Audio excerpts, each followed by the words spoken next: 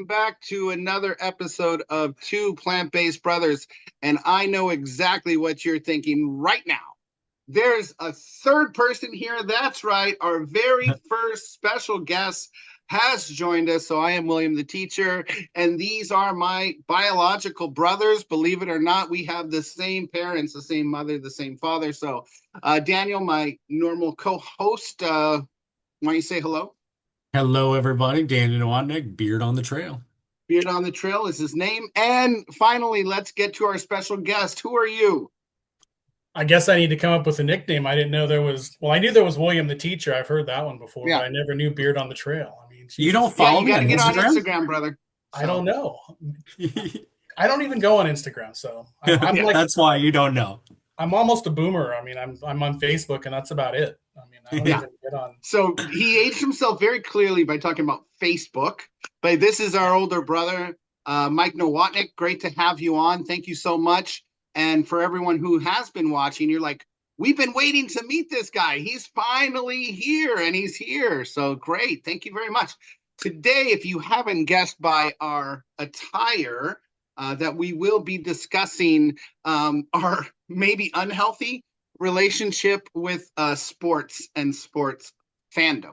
So one thing we're all going to share a little bit, and as you've watched the channel, we've shared a lot of different journeys, journeys that we've gone through in life, and this is just part of it, and it's been a big part of our life, in the fact that we all grew up in a sports-loving household, and Yep. it's something that continues to this day for us, and then our children, and moving on.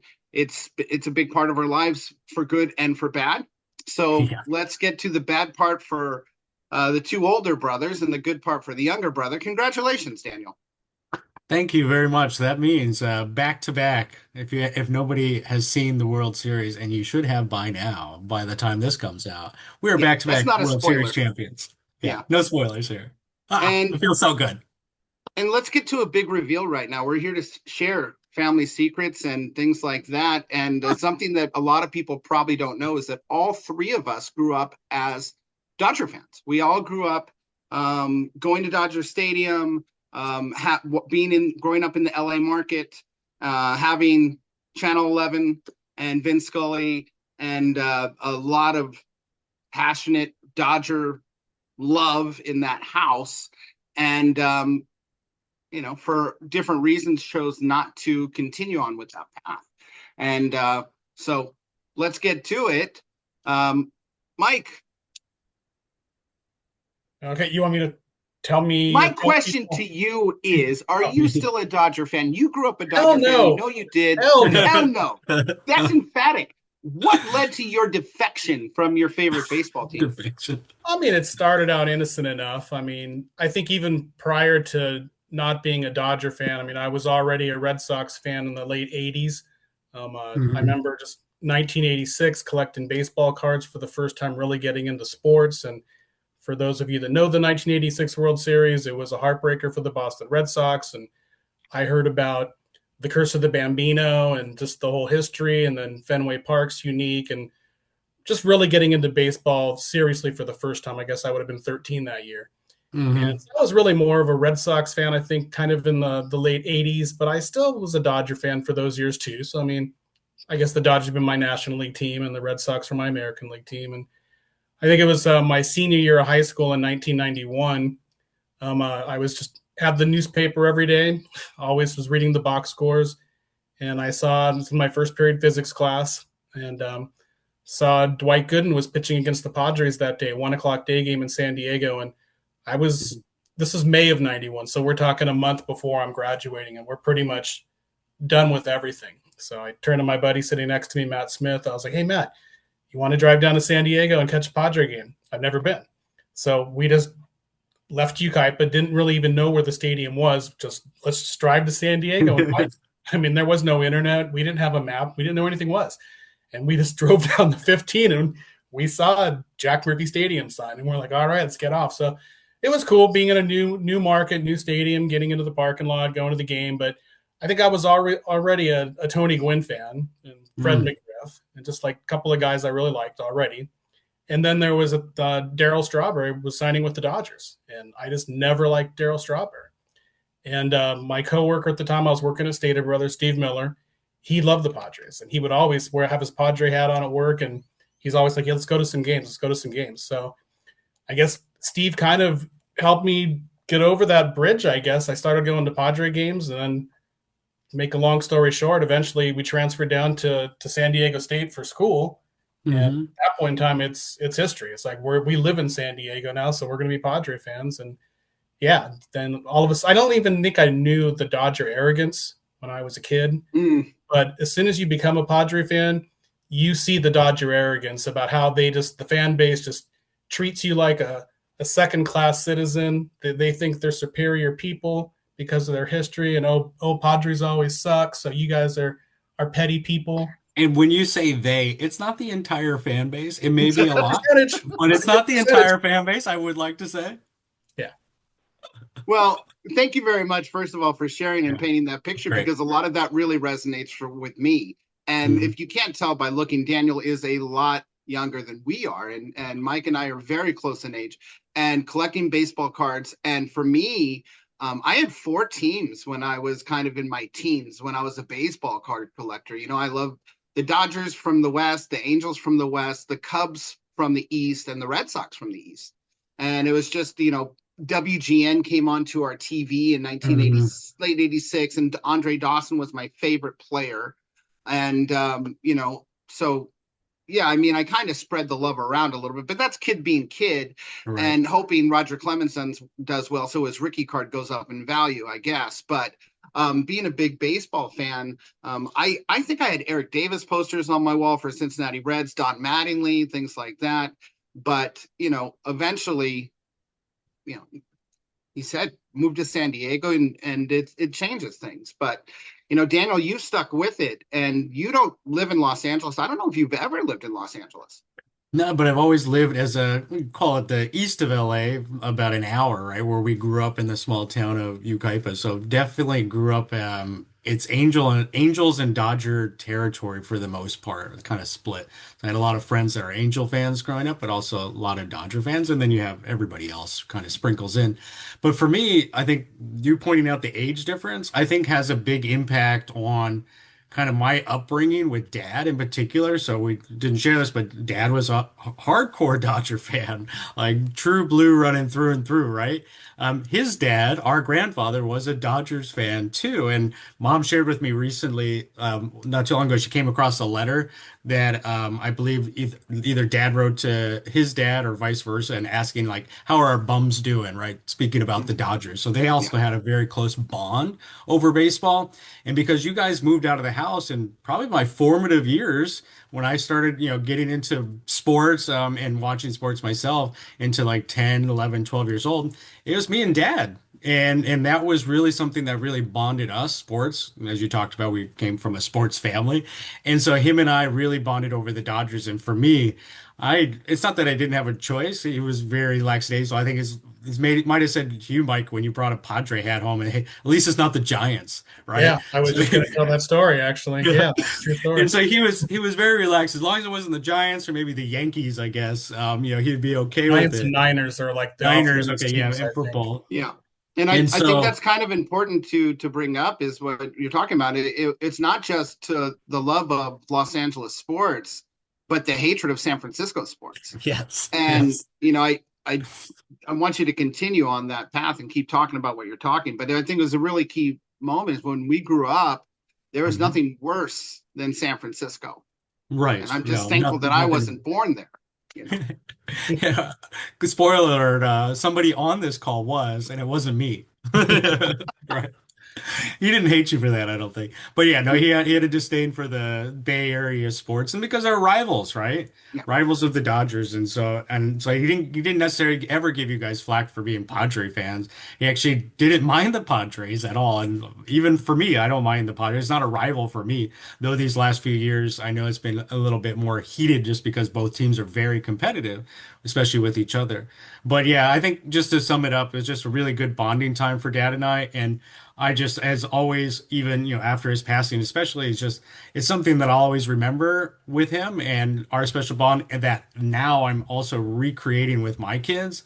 We live in Chula Vista, California, which is a suburb of San Diego. So there's Padre fans everywhere in the kids' school, and my son does Little League, and all the teams are Padres. So they're trying to brainwash him as much as possible.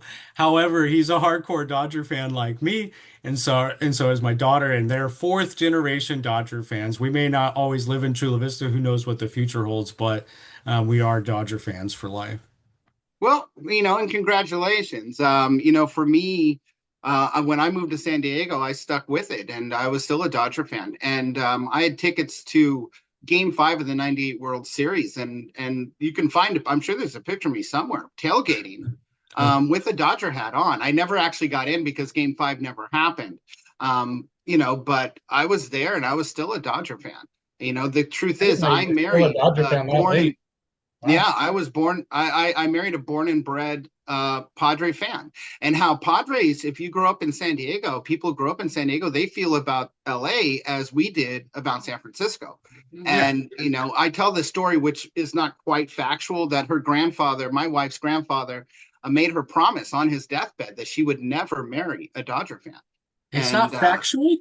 I thought it was it's a true all little these years. exaggerated, I where he said, retell that Sabrina, story to other people. I've told whatever that you story do, too. don't marry a Dodger fan. It might be a little exaggerated, but the truth is, I made that conversion. Some people become Catholic, some people become Muslim, some people become Padre fans, and I don't regret that at all because I fell in love with this city. I love this city. I loved coming here. For me, it wasn't that big of a deal to go to the Padres versus Giants and yell at Barry Bonds, right? Or to go Right, to a Padres Cardinals game and root for the Padres. It wasn't a right. big deal. We didn't hate the Padres. And that's the kind of thing, the difference between us moving to San Diego or San Francisco may have changed our relationship with our father. But it was all good fun. But I wanted to raise my children to be fans of their hometown team. I think there's a Right. civic pride that happens, and I thought it was very important, not just for a happy marriage, but for to raise children in a town to be happy about where they grew up. And now they're 25 and 21, and all they know is misery, really. Uh, so sorry, kids, I did that to you, but I don't regret it. So Good. um, anyway, really quickly, Daniel, since Mike and I moved, and you had Dad all to yourself, and you said he never said anything about us being Padre fans at all. I mean, it more like felt sorry for you guys than anything, but no, he never said anything. And if anything, like, and I think mom even kind of carries us over. She said after the World Series, she's like, this year, she's like, well, the Dodgers can let somebody else win next year, kind of thing.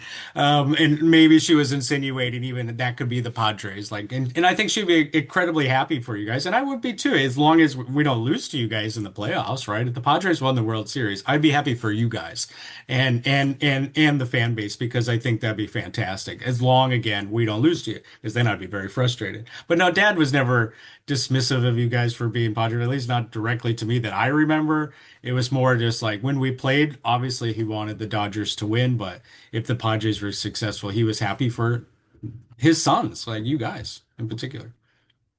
All right, so let's get into our next part, and we're just going to stick pretty much to Major League Baseball and NFL. And Daniel's wearing a jersey, as you can all see, Los Angeles Rams. I grew up a diehard Los Angeles Rams fan, and I love the Rams. And unfortunately, a lot of people I grew up with in Southern California love the San Francisco 49ers. And Oh, it yeah, I drove know. me crazy, and I couldn't understand it. But that's the way it was. So I love the Rams, and I was a casual LA Raider fan too. And, it just didn't didn't really last. I'll tell you a quick story. It was I think 94, 95. It was Christmas. My girlfriend at the time bought me two shirts, a Rams shirt and a Raiders shirt. And by February, the Rams had moved to St. Louis. The Raiders moved back to Oakland, and she dumped me. So Damn. all I was left with these two stupid shirts that I didn't want to wear anymore. She But did it. Yeah. It was happening. Everyone knew it was happening, but I couldn't Okay. believe it. And so let me ask my older brother, Mike. I mean, was that a gut punch for you as a Rams fan? Because I know we all grew up Rams fans. When they moved to St. Louis, did you stick with them? I don't really remember if I did initially or not. I think there was a pretty easy transition at that time because we had moved to San Diego we were in our second year in San Diego at that point in time, and the Chargers were on a run that year. They went to the Super Bowl, and who did they Hmm. play? They played the Niners. 49ers. Yeah. So Yeah. at that point, we're all in. It's like, yeah, definitely rooting against the Niners. So it was easy to make that transition, become a Charger fan at that point in time. But I will say, I might not have been a Ram fan for a few years there, but definitely by the '99 season, when I think that was the year Marshall Faulk, I believe, was Hmm. traded from Indianapolis to St. Louis. And then, of course, everybody knows the Kurt Warner story. And that was just a great team to watch. That was a fun team to watch. So when Marshall Faulk, once again, San Diego State, when he was traded to the Rams, it was like, okay, I'm back in here to being a Ram fan Hmm. again. And then I think that second Super Bowl when Georgia was holding up her rings, yeah, let's get my double ring on here. The St. Louis fans are the greatest in the world. Once again, it's like it puts a bad taste in your mouth Yeah. of this owner that just ripped the team apart, and now she's saying that the Rams fans in Orange County or LA, wherever you want to call it at the time, they were horrible, but these St. Louis fans are the greatest fans in the world. And it really was like a little bit of a punch in the stomach, and you're like, do I even want to support this team or whatever? And I didn't really care too much anyway because they're so far away. I'm not going to go to games. I lived in San Diego at the time, so it was just much easier to be a Charger fan. But then Chargers had their share of ups and downs too, and you're like, do I Yeah. be this team? And of course, we got sucked in, and we had season tickets for like 10 years, and there was Yeah. some good Wow. years and bad years in there. But yeah, when the both teams moved back to LA, it's like, okay, well, the Rams were my original team. If I'm going to root for one of these teams, I'm going to be a Rams fan. To this day, since the Chargers moved to LA, I have not spent a penny on them. Haven't gone Good to for a you. single Charger game up there, but every year I do. I just went to a Rams game this past weekend. So Oh, really? yeah, I was at the game against the Saints on Sunday. Nice, nice. How did it go? Oh, it was a blood. Well, Wow. the Saints are pretty bad this year. So, and actually, the Actually, he Rams aren't doesn't. bad. He The might not Rams are know doing because he pretty doesn't solid. watch. So yeah, Yeah, it I was a blow. I honestly think it was do not know. 34-10. Okay. Yeah. And Daniel, I know that you gave up on the Rams when they moved. I did, yeah, but then I was pretty young, so at 10 or no, I guess like 12 or 13. So I remember being a Rams fan as a young kid, and obviously all the Rams stuff in the house and one of Dad's best friend, Mark Jones, he was a big Rams fan. So I definitely grew up a Rams fan. But once they moved to St. Louis, and I think Dad was pretty like he wasn't necessarily following him in St. Louis. He might have still cheered for him a bit, but we were kind of like free agents, him and I. Remember, it was just the two of us. So, and Dad was a big USC fan, just USC football fan. Mhm. And so in the Pac-10 back then, there was this quarterback who had just like this amazing arm named Drew Bledsoe. I think he played for Washington or Washington State. I can't. Washington It State was was the Washington same as State. Ryan Leaf. Yeah, there you go. Fun fact. And we're like, man, he got drafted by the Patriots. I must have been like sometime in the 90s, I'm assuming, right? Early 90s, mid 90s. And so, and then we just said, hey, why don't we follow the Patriots? Like, this guy's pretty good. And so we became Patriot fans, him and I, kind of overnight in a way. And then I was kind of diehard Patriot fan all the way through up and through high school, which was pre Tom Brady, and then during Tom Brady, like Mhm. first kind of run. And then once I moved to San Diego, I for my freshman year of college, I adopted the Chargers. I was like, no, I can do this. Like, I'm still kind of a free agent. I don't need to be an LA football fan because there's no football in LA. I was like, I could do the Chargers. And so I went to some Charger games when was there. And then when I moved back home, during it, all the way up until just like you, Mike, when the Rams moved back. When the Rams moved back to LA, I was like, forget the Chargers, I'm good. They're moving up to LA anyways. And I'm like, no, Rams, just like you, my original team, I'm happy to be back. And I kind of lost the love for the Patriots over time when I became the Chargers fan. So, and now I'm back, baby. Back all the Rams, all LA, all the All time. LA all the time, with the exception, I will say this because we haven't talked about any other. I know we're not going to talk about any sports, but we went to a Wave FC game. the women's soccer league Yeah. here in San Diego, and fantastic. So I'm a Wave fan too. So that's Well, My San Diego All pride right, there. baby steps. I'm not taking any LA soccer teams just yet. Maybe the Galaxy, but that would have been a long time oof. ago. Well, I mean, I don't know, but yeah, I mean, the thing is, like, when the Rams and Raiders left me, and I was stuck with those two T-shirts, I didn't want to be a Charger fan. I really saw San Diego as a fair weather fan base, and Mhm. I watched them after they won that game to go to the Super Bowl. And I was working at a restaurant, and right next door was a sports shop, and there was just a line around the block of people wanting to buy stuff. And I was like, why don't you guys have stuff already? They're all just wanted to be part of it. It was just, to me, it wasn't. I was like, these people aren't real. And then my uncle Kevin, our uncle Kevin, not just mine, Mhm. he was a season ticket holder, and he took me Right. to some games, because I tried out. I said I'll be a Packer fan or a Steeler fan, I think I even went with the Jets or the Giants or so. I tried out a lot of different things, and it just nothing. I didn't care. And he took me to some games, and I saw 60,000 people that really cared about a really horrible team. And it was really something. I said, yeah, I do. I do want to be a part of this, and I do want to support the city, and I'm going to cheer for this team. And then I got, you know, punched in the gut again. And I know what a lot of people say. It's just like they just went up the road. You're a Laker fan already. You go up Mhm. there to watch Laker games. Why don't you go up there to support this team? And I said, well, then maybe I'm the Laker fan in Minnesota, who's still angry about the Lakers moving to Los Angeles, right? Maybe I'm that Dodger fan in Brooklyn who's still upset, Mhm. right? That team, to them, the Lakers belong in Minnesota. It's called the Lakers, the land of Mhm. 10,000 lakes. The Dodgers belong in Brooklyn. They're the trolley Dodgers, right? I know the Chargers weren't born in San Diego, but they're there 56 years. This city deserved to keep them, and I'm still angry about it. And I have not watched any NFL since, and I don't think I ever will again. You haven't watched any games since? Oh, a Mhm. minute, two here or there, a couple Super Bowls. Hmm. But no, I don't. I don't watch anything. And I think I won Pick'em twice Yeah. without even watching a minute of football. Yeah. Picking just random NFL team scores and not following whatsoever was pretty impressive. Or it's Yeah, just like it's all I luck. won the Survivor Pick'em one time, and I did without watching that show. It's been well documented on this channel. So Yes. Yes. Yeah. Well, I was Uh, just going to add real quick about the Chargers. Like when they announced their move, and as season ticket holders, we got the email and said, "Hey, mhm. we're going to move to LA. We'll do anything we can to keep you as fans." They got hashtag Fight for LA, all this stupid stuff in there, and I responded, and I'm like, "Listen, I'll keep my season tickets, but you guys need to freeze our season ticket prices. You guys need to have a shuttle bus that takes us from San Diego up to Carson." I can't remember what else I put in there, but it wasn't like something crazy. I mean, these were all yeah, reasonable things to ask for. And of course, they never responded to me. yeah, No. And there was what did they do? They jacked up the prices Right. and they didn't offer any shuttle buses up there. I can't remember what the other things I asked for, but whatever it was, they didn't do any of these things. And I'm no. like, this guy, he's just a cheapskate. He's getting what does he have? A $1 a year lease from the Rams to rent out the SoFi. Yeah, something like that. Yeah. So I was just like, this guy's just cashing out.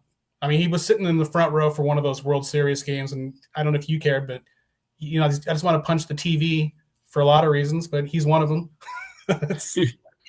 Well, let's not punch any TVs, but Yeah, please don't. And then it I it's wanted to punch my phone when you sent me the Canadian flag at the beginning of the World Series. So thank you for that, Mike. Yeah.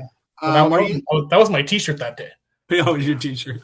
Yeah. Daniel? Are He you was rooting for the Blue anti-Canada? Jays. Uh-oh. I don't know if you Rooting want for to be Canada. anti-Canada. All of my Canadian relatives watching this, you should know I was rooting for the Blue Jays for Canada. 100%. Same here. You And if guys, you anyone guys from the brought government your. of Canada who's processing my application to become Canadian, know that I was 100% behind the Blue Jays. Well, I was just saying, you guys brought your Padre curse to the Blue Jays. You can apologize to them now. No, you can't believe in curses. Okay. I'm super Um, superstitious. Are you kidding? yeah, I mean, I come on. wore the same clothes, and I kid you, I'm okay saying this to the public in the world. Wore the Yeah. same clothes from Game 6 to Game 7 because I was so afraid that I wore these clothes in Game 6. They won. I'm gonna wear them. I'm gonna sit on the same exact part of my couch. and they won. Just Yeah, saying, I and helped. I've done the same thing. I think for it was like 22 straight Aztec games or something. I did the crossword puzzle in red and black ink. Red for anything I got going down, and then black for anything I went across. I was convinced they were going all the way to the national championship, and they didn't. Darn. Anyway, If guys, you guys want to we're up talk on time. So, about crazy superstitions, so yeah. I actually did keep a spreadsheet for an entire year of what I wore for every game. So there's 162 Padre games. I I love this. probably watched 140 or 150 of them, and I kept a log of what I wore. And That's you'll amazing. be amazed to find out that there were no lucky or unlucky shirts in there.